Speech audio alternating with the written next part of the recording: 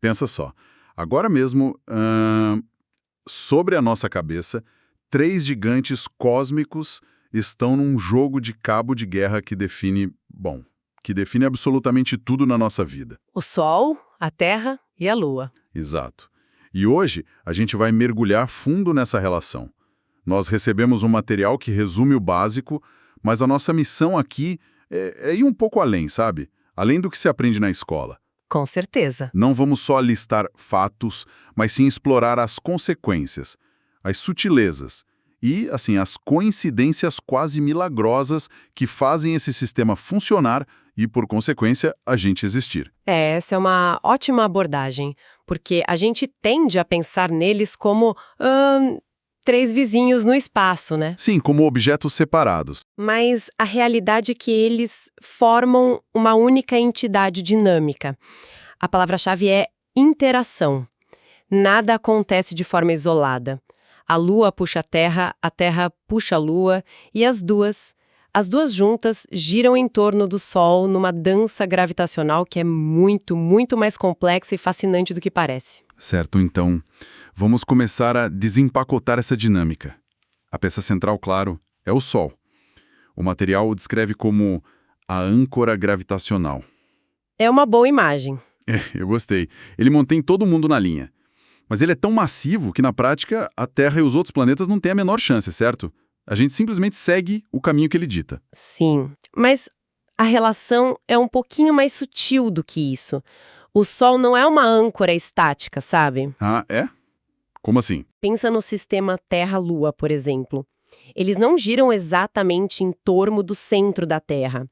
Na verdade, os dois giram em torno de um ponto de equilíbrio gravitacional comum, o baricentro. Ok. Como a Terra é muito mais massiva, esse ponto fica dentro do próprio planeta, mas não no centro exato.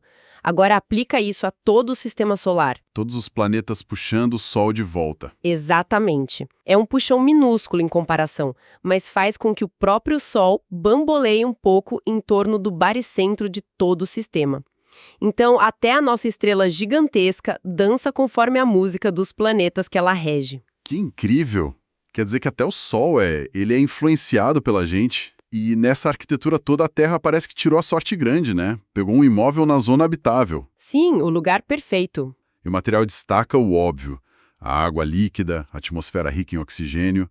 Mas o que garante essa estabilidade toda pra gente? Aí entra a nossa parceira de dança, a Lua. A influência dela vai muito, mas muito além do que a gente vê.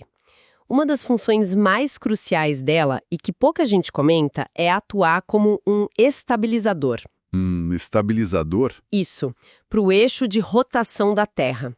Nosso planeta tem aquela inclinação de uns 23,5 graus. Que causa as estações do ano. Exato. E sem a força gravitacional constante da Lua, essa inclinação poderia variar, assim, caoticamente ao longo de milhões de anos. Teríamos eras do gelo extremas alternando com um calor insuportável.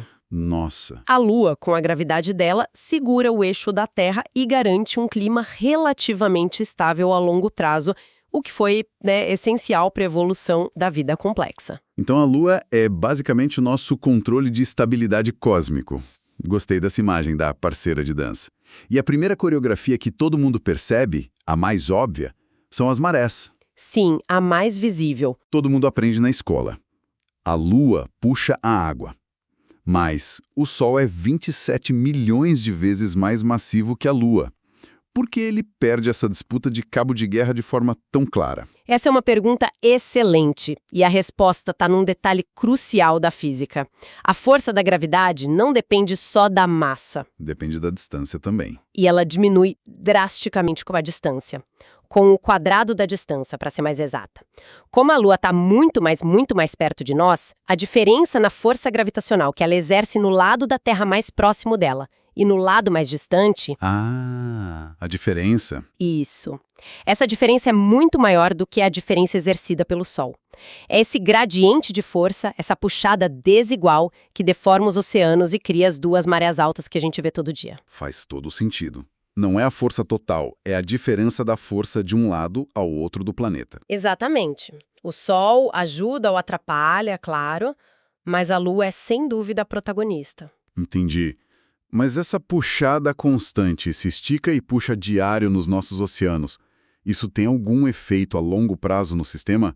Ou é só um ciclo que se repete sem grandes consequências? De forma alguma, as consequências são enormes. Essa movimentação toda da água gera o que a gente chama de atrito de maré. Atrito de maré. A água roçando contra o fundo do oceano funciona como um freio. Um freio muito, muito sutil para a rotação da Terra. Um freio? Sim, o resultado é que ao longo de centenas de milhões de anos, os nossos dias estão ficando mais longos. Quando os dinossauros caminhavam por aqui, um dia durava umas 23 horas. Uau! E pela lei de conservação do momento angular, se a Terra freia, essa energia precisa ir para algum lugar. E ela vai para a Lua. Esse atrito está, na verdade, empurrando a Lua para uma órbita mais distante. Empurrando a Lua. Para longe. Para longe. A uma taxa de aproximadamente 3,8 centímetros por ano. Espera aí. Então, a Lua está lentamente nos abandonando e os nossos dias estão ficando mais longos por causa disso? Exatamente. Isso muda completamente a percepção do sistema como algo estático. É um relógio que está o tempo todo se ajustando. É um sistema vivo em evolução. A relação que a gente tem hoje não é a mesma de 1 bilhão de anos atrás e não vai ser a mesma daqui a 1 bilhão de anos. Fascinante. Saindo um pouco da gravidade e indo para a luz, temos as fases da Lua. O resumo é claro, né? Não é a Lua que muda, é a nossa perspectiva do lado iluminado dela. É o nosso ponto de vista. Mas o que eu acho mais interessante é como esse ciclo previsível de 29,5 dias, se tornou a base da nossa medição de tempo muito antes de qualquer tecnologia. Sem dúvida, foi o primeiro relógio e o primeiro calendário da humanidade.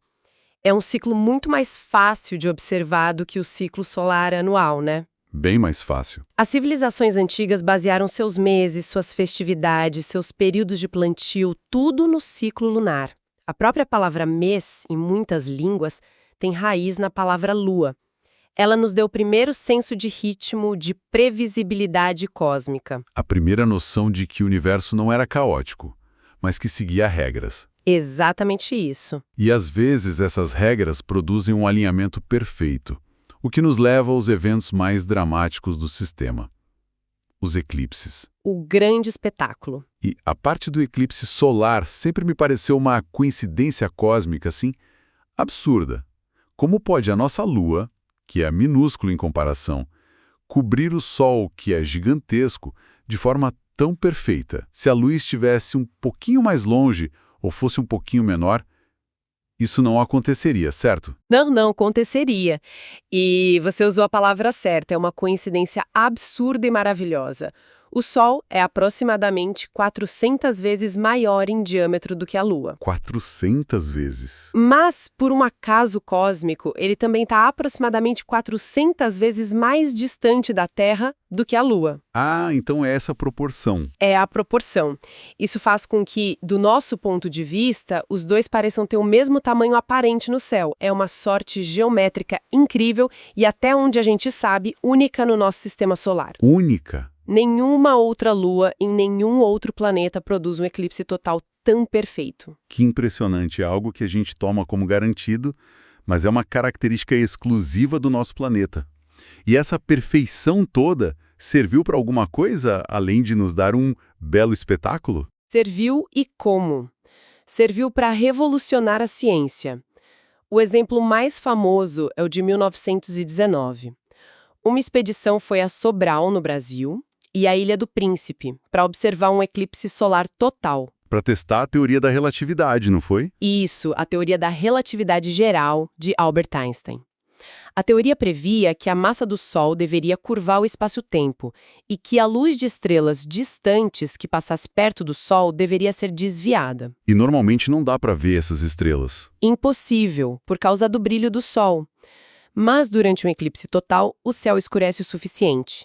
Eles fotografaram as estrelas e, as chapas mostraram que elas estavam fora de suas posições normais. Exatamente como Einstein previu. Exatamente. Aquele alinhamento perfeito entre Sol, Lua e Terra nos deu a primeira confirmação experimental de uma das teorias mais importantes da história da física. Uau! Um eclipse foi a prova definitiva da relatividade. Que história! E do outro lado da moeda temos o eclipse lunar. É quando a Terra entra no meio e projeta a sombra dela na Lua. Isso mesmo. O material menciona a famosa lua de sangue. Essa cor avermelhada é só um efeito bonito ou ela nos diz algo sobre o nosso próprio planeta? Ela nos diz tudo sobre a nossa atmosfera. Durante um eclipse lunar, a Lua não fica totalmente escura, porque a atmosfera da Terra age como uma lente, sabe? Uma lente? Sim, ela refrata a luz do Sol e projeta na Lua.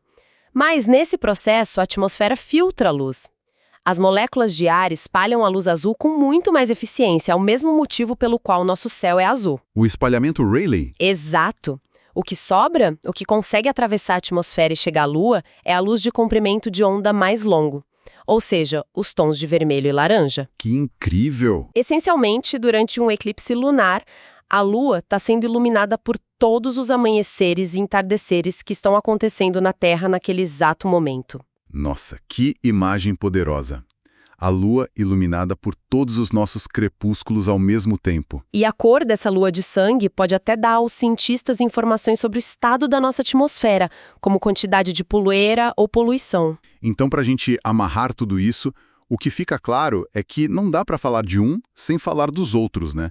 O Sol é o motor, a Terra é o palco, e a Lua, muito mais do que uma coadjuvante, é a nossa estabilizadora, a regente das marés. E a peça-chave para o espetáculo dos eclipses. Exato.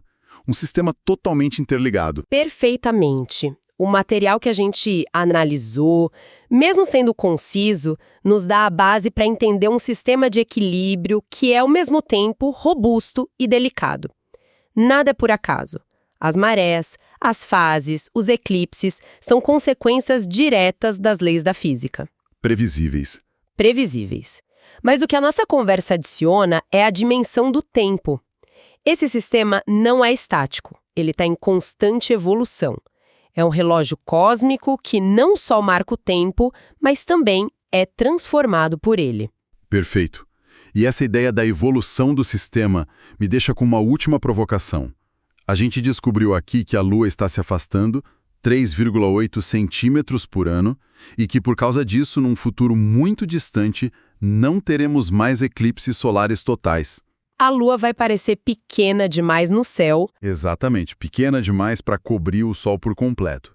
Então, se esse alinhamento perfeito, que permitiu até confirmar a teoria de Einstein, é na verdade um fenômeno temporário na longa história do nosso planeta, que outras janelas de oportunidade cósmica, que outros equilíbrios perfeitos e transitórios podem estar acontecendo agora mesmo no universo, esperando que alguém em algum lugar esteja olhando na hora certa?